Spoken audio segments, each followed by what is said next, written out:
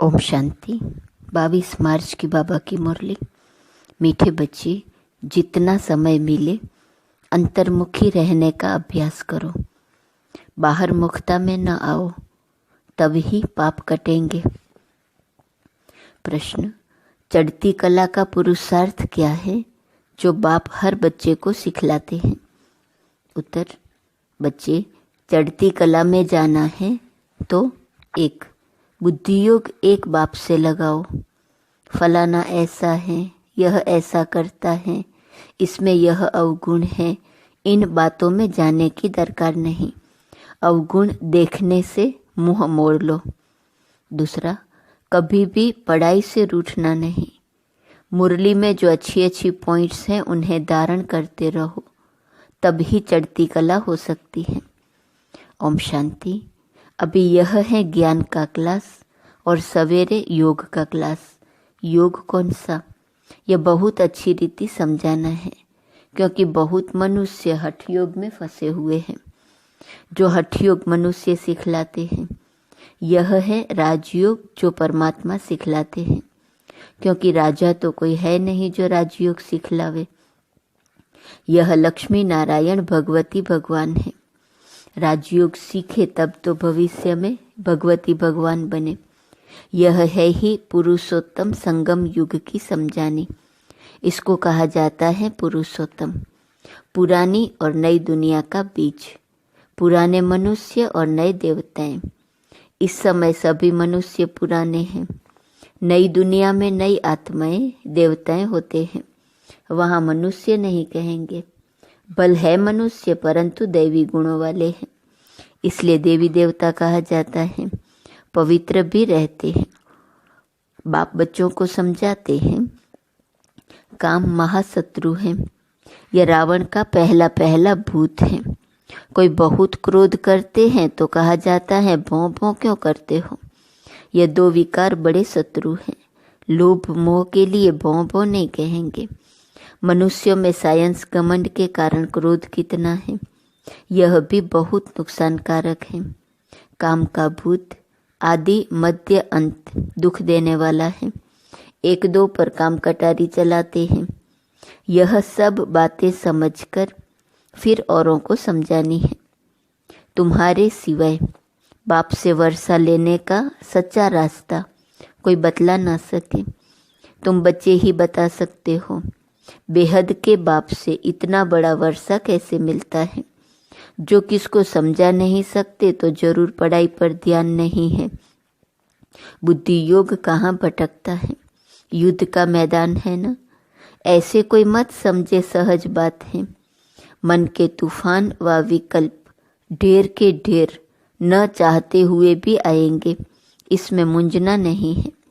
योग बल से ही माया भागेंगी, इसमें पुरुषार्थ बहुत है।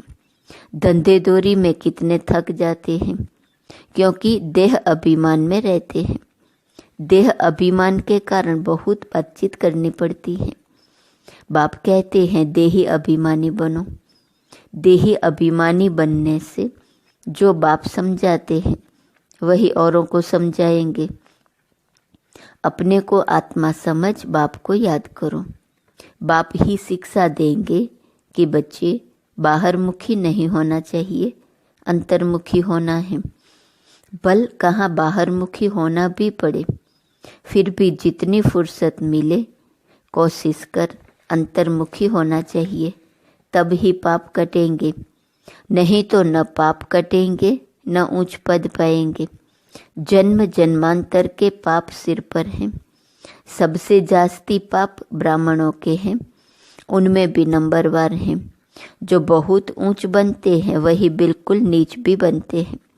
जो प्रिंस बनते हैं उनको ही फिर बेगर भी बनना है। ड्रामा को अच्छी रीति समझना है। जो पहले आए हैं वह पिछाड़ी में आएंगे। जो पहले पावन बनते हैं वही पहले पतित बनते हैं। बाप कहते हैं मैं भी आता ही हूँ इनके बहुत जन्मों के अंत में, सो भी जब वानप्रस्थ अवस्था है। इस समय छोटे बड़े सबकी वानप्रस्थ अवस्था है। बाप के लिए गायन भी है सर्व की सदगति करने वाले। वह होती ही है पुरुषोत्तम संगम युग पर। यह पुरुषोत्तम संगम युग भी याद रखना चाहिए। जैसे मनुष्यों को कलयुग याद है, संगम युग सिर्फ तुमको याद है। तुम्हारे में भी नंबरवार है। बहुतों को तो अपना गोरख धंधा ही याद रहता है। बाहर से मुंह हटा हुआ हो तो धारणा भी हो जाए। एक कहावत है, अंतकाल जो स्त्री सिमरे। जो गीत व श्लोक अच्छे अच्छे हैं, जिनका हमारे ज्ञान से कनेक्शन है, वह रखने चाहिए। जैसे छीछी दुनिया से जाना ही होगा, दूसरा नयनहीन को राह दिखाओ, ऐसे ऐसे गीत अपने पास रखने चाहिए। बनाए तो मनुष्यों ने हैं, जिनको इस संगम का पता ही नहीं है। इस समय सब ज्ञान नयनहीन अंधे हैं। जब परमात्मा आए तब आकर राह दिखाए, अकेले को तो नहीं दिखाएंगे। यह है उनकी शिव शक्ति सेना। यह शक्ति सेना क्या करती है? श्रीमत पर नई दुनिया की स्थापना। तुम भी राजयोग सीखते हो, जो भगवान के सिवाय कोई सिखला ना सके। भगवान तो निराकार है, उनको तो अपना शरीर है नहीं। बाकी जो भी हैं सब शरीरदारी है। ऊंचते ऊंच तो एक बाप ही है, जो तुमको पढ़ाते हैं। यह तो तुम ही जानो। तुम्हारे में भी नंबरवार हैं तो तुमको वार्निंग देनी चाहिए, बड़े बड़े अखबार में डालना चाहिए। मनुष्य जो योग सिखलाते हैं वह है हठ योग। राजयोग एक परमपिता परमात्मा बाप ही सिखलाते हैं, जिससे मुक्ति जीवन मुक्ति मिलती है। हठ योग से दोनों नहीं मिलते। वह है हठ योग जो कि परंपरा से चला आता है, पुराना है। यह राजयोग सिर्फ संगम युग पर बाप सिखलाते हैं। बाप ने समझाया है, जब भाषण करते हो तो टॉपिक्स निकालनी चाहिए, परंतु ऐसे करते नहीं हैं। श्रीमत पर चलने वाले बहुत थोड़े हैं। पहले भाषण लिखो, फिर पक्का करो तो याद आएगा। तुमको ओरली भाषण करना है, तुमको पढ़कर तो सुनाना नहीं है। विचार सागर मंथन कर भाषण करने की ताकत उसमें रहेगी जो अपने को आत्मा समझकर फिर बोलते हैं। हम भाइयों को सुनाते हैं, ऐसे समझने से ताकत रहेगी। यह बहुत ऊंची मंजिल है न। पान का बीड़ा उठाना मासी का घर नहीं है। जितना तुम रुस्तम बनेंगे उतना माया का वार होगा। अंगद व महावीर भी रुस्तम था, तब कहा रावण भी हमको हिलाकर दिखाए। यह स्थूल बातें नहीं, शास्त्रों में यह दंत कथाएं हैं। यह कान जो परमात्मा बाप का सुनहरी ज्ञान सुनने वाले थे, वह दंत कथाएं सुन सुनकर एकदम पत्थर बन गए हैं। भक्ति मार्ग में माथा भी घिसाया, पैसा भी गंवाया, सीढ़ी नीचे ही उतरते आए। 84 जन्मों की भी कहानी है न। जो भी भक्ति की है नीचे ही उतरे हैं। अब बाप ऊपर चढ़ना सिखलाते हैं। अब तुम्हारी चढ़ती कला है। अगर बुद्धि योग बाप के साथ नहीं लगाएंगे तो जरूर नीचे ही गिरेंगे। बाप को याद करते हो तो ऊपर चढ़ते हो। मेहनत है बहुत, परंतु बच्चे गफलत करते हैं। धंधे में बाप को और नॉलेज को भूल जाते हैं।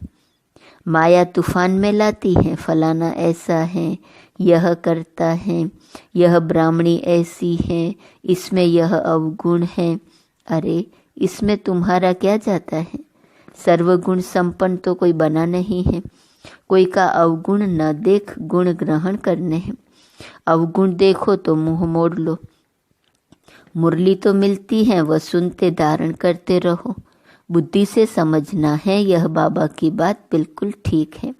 जो बात ठीक न लगे छोड़ देनी चाहिए। पढ़ाई से कभी रूठना नहीं चाहिए। ब्राह्मणी से व पढ़ाई से रूठना गोया बाप से रूठना। ऐसे बहुत बच्चे हैं जो फिर सेंटर पर नहीं आते हैं। भल कोई कैसा भी है, तुम्हारा काम मुरली से है। मुरली जो सुनाए उनमें से अच्छी अच्छी पॉइंट्स धारण करनी है। किसी से बात करने में मज़ा नहीं आता तो शांत करके मुरली सुनकर चले जाना चाहिए। रूठना नहीं चाहिए कि हम यहाँ नहीं आएंगे। नंबरवार तो है। यह भी अच्छा है जो सुबह को तुम याद में बैठते हो। बाबा आकर सर्च लाइट देते हैं। बाबा अनुभव सुनाते हैं। जब बैठते हैं तो जो अनन्य है वह बच्चे पहले याद आते हैं। भल विलायत में है, कलकत्ते में है, तो पहले अनन्य को याद कर सर्च लाइट देते हैं। बच्चे तो भल यहाँ भी बैठे हैं, परंतु बाबा याद उनको करते हैं जो सर्विस करते हैं। जैसे अच्छे बच्चे शरीर छोड़ जाते हैं तो उनकी आत्मा को भी याद करते हैं, बहुत सर्विस करके गए हैं। तो जरूर यहाँ ही नज़दीक कोई घर में होंगे, तो उनको भी बाबा याद कर सर्च लाइट देते हैं। है तो सब बाबा के बच्चे, परंतु कौन कौन अच्छी सर्विस करते हैं यह तो सब जानते हैं। बाबा ने कहा यहाँ सर्च लाइट दो, तो देते हैं। 2 इंजन है ना। यह भी इतना ऊंच पद पाते हैं तो जरूर ताकत होंगी। भल बाबा कहते हैं हमेशा यही समझो कि शिव बाबा पढ़ाते हैं तो उनकी याद रहनी चाहिए। बाकी यह तो समझते हो यहाँ 2 बत्ती हैं और तो कोई में 2 बत्ती नहीं है, इसलिए यहाँ 2 बत्तियों के सन्मुख आते हैं तो अच्छी तरह से रिफ्रेश होते हैं। टाइम भी सवेरे का अच्छा है। स्नान कर छत पर एकांत में चले जाना चाहिए। बाबा ने इसलिए बड़ी बड़ी छतें बनाई हैं।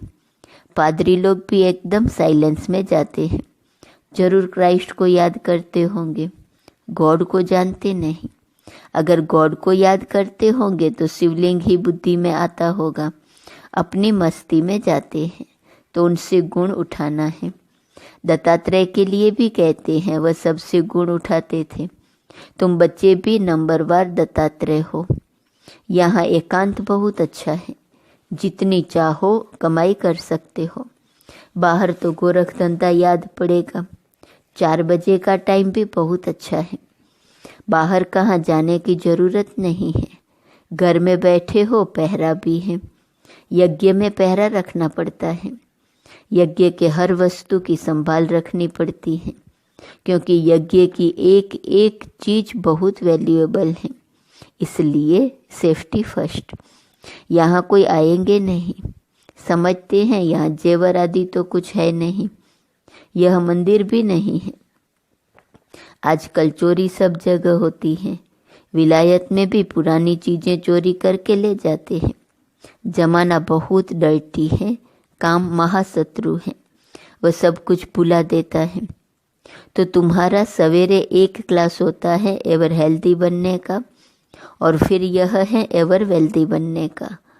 योग है एवर हेल्दी बनने का, ज्ञान है एवर वेल्दी बनने का। बाप को भी याद करना है तो विचार सागर मंथन भी करना है। बाप को याद करेंगे तो वर्षा भी याद आएगा। यह युक्ति बहुत सहज है।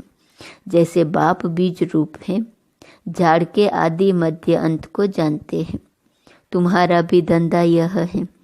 बीज को याद करने से पवित्र बनेंगे। चक्र को याद करेंगे तो चक्रवर्ती राजा बनेंगे, अर्थात धन मिलेगा।